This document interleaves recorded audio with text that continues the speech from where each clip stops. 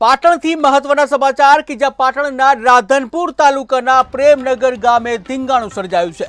એક જ કોમના બે પરિવાર વચ્ચે ધીંગાણું સર્જાયું, જ્યાં ઠાકોર સમાજના બે પરિવાર વચ્ચે ધીંગાણું સર્જાયું છે।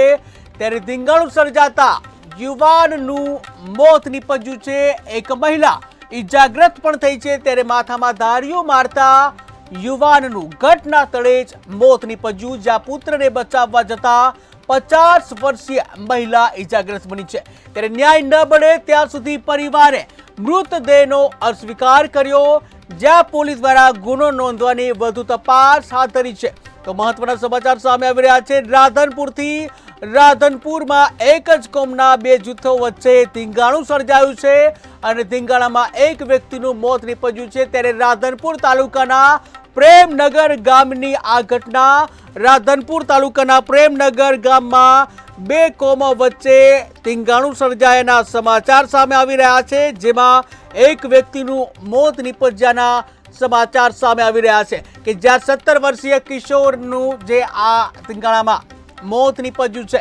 ત્યારે માથામાં ધારીયું મારતા યુવાનનું ઘટના સ્થળે મોત નીપજ્યું છે, જ્યાં પુત્રને બચાવવા જતા 50 વર્ષીય મહિલા પણ ઈજાગ્રસ્ત બની છે। આ સાથે જ ન્યાય ન મળે ત્યાં સુધી મૃતદેહનો સ્વીકાર નહીં કરવામાં આવે।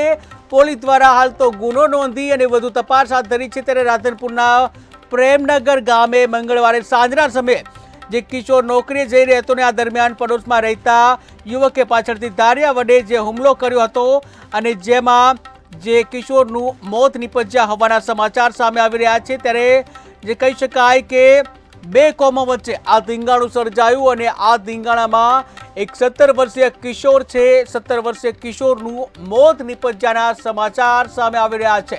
ત્યારે આ સાથે જ વધુ માહિતી માટે પાટણથી સંવાદદાતા વિનોદ ઠાકર જોડા ગયા છે। જી વિનોદ, વાત કરવામાં આવે રાધનપુરના પ્રેમનગર ગામે ધીંગાણું સર્જાયું છે, શું છે વધુ વિગત? जी ચોક્કસ જણાવવાનું કે રાધનપુર પ્રેમનગર છે। પ્રેમનગરની અંદર એક માથાકૂટ થઈ હતી। માથાકૂટની અંદર એક 17 વર્ષીય યુવાન છે, મહેન્દ્ર યુવાન, જગદીશ કેશવલા યુવાન છે। તે યુવાનનું મોત નીપજ્યું હતું। ત્યારે અન્ય એક મહિલાને પણ ઈજા થઈ હતી। મહિલાને ગંભીર ઈજા થતા અમદાવાદ ખાતે ખસેડવામાં આવે છે। જી, આખરે આ ધીંગાણું કેમ સર્જાયું? જી ચોક્કસ તો કારણ જાણવા મળ્યું નથી, પરંતુ અત્યારે તો જે આ ઘટના બની છે, ઘટનાને બની છે તેને લઈ પોલીસ ઘટના સ્થળે પહોંચી છે અને આગળની પોલીસ દ્વારા તપાસ હાથ ધરવામાં છે। પરંતુ જે જગદીશ ઠાકોર નામનો સગીર યુવાન છે, 17 વર્ષીય, તેનું ઘટના સ્થળે મોત નીપજતા આગળ હોસ્પિટલ ખાતે લાવ્યો। હોસ્પિટલ ખાતે મૃતક જાહેર કરવામાં આવ્યો હતો અને અન્ય એક મહિલા હતી, તેને ગંભીર ઈજા થતા તેને અમદાવાદ ખાતે ખસેડવામાં આવ્યા હતા। ઝઘડાનું કારણ હજી અકબંધ છે, કંઈ જાણવા મળ્યું નથી। જી વિનોદ, વધુ વાત કરવામાં આવે કે જ્યાં સુધી ન્યાય નહીં મળે ત્યાં સુધી મૃતદેહ સ્વીકારવામાં નહીં આવે, ત્યારે હાલ શું પરિસ્થિતિ છે? જે અત્યાર સુધી તો કંઈ કેવું જાણવા મળી રહ્યું નથી, પરંતુ અત્યારે તો કેવું કરી રહ્યું છે કે તેઓ દ્વારા ન્યાયની માંગ કરી રહ્યા છે અને અત્યારે મૃતક છે તેનું પીએમ મળશે અને એના માટેની જે યોગ્ય કાર્યવાહી છે તેના માટે પોલીસ મહેનત કરી રહી છે।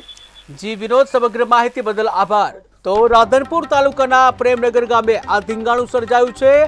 એક જ કોમના બે પરિવાર વચ્ચે ધીંગાણું સર્જાયું છે। ધીંગાણું સર્જાતા એક કિશોર છે, 17 વર્ષીય કિશોરનું મોત નીપજ્યું છે। ત્યારે એક જ કોમના બે પરિવાર વચ્ચે આ ધીંગાણું સર્જાયું। ઠાકોર સમાજના બે પરિવારો વચ્ચે આ ધીંગાણું સર્જાયું છે અને જેમાં એક યુવાન છે એનું મોત નીપજ્યું છે, અન્ય એક મહિલા જે છે ઈજાગ્રસ્ત બની છે, જ્યાં માથાના ભાગમાં ધાર્યું વાગતા યુવાનનું ઘટના સ્થળે મોત નીપજ્યું છે। ત્યારે પુત્રને બચાવવા જતા 50 વર્ષીય મહિલા ઈજાગ્રસ્ત બની છે, જેને અને આ મુદ્દે જે કહી શકાય ગામમાં પણ અજંપાભરી સ્થિતિ છે। ત્યારે પરિવારજનોનો જે કહી શકાય કે હાલ ન્યાય નહીં મળે ત્યાં સુધી મૃતદેહ સ્વીકારવામાં નહીં આવે તેવી ચીમકી ઉચ્ચારી છે। ત્યારે હાલ તો પરિવાર જે છે ન્યાય નહીં મળે ત્યાં સુધી મૃતદેહ નહીં સ્વીકારે તેવી ચીમકી ઉચ્ચારી છે। ત્યારે હાલ તો આ મુદ્દે પોલીસ ઘટના સ્થળે પહોંચી હતી અને ગુનો નોંધી આગળની તપાસ હાથ ધરી છે। મારો ભાઈ નાનો જગદીશ પ્રેમનગર રહેતો હતો અને હું કચ્છમાં રહું છું। મારા ભાઈને અને મારા મમ્મીને બાજુવાળા નામ કટુ નામ છે એનું, અને એના ઘરના થઈ ધારિયાવાળા તક્ષણી હત્યા કરી છે અને મારા ભાઈને આજ 14 કલાકની ડેડ બોડી પડી છે। 14 કલાકની આજ સુધી કોઈ પોલીસે કાંઈ કાર્યવાહી કરી નથી, એટલે અમે ડેડ બોડી ઉપાડતા નથી।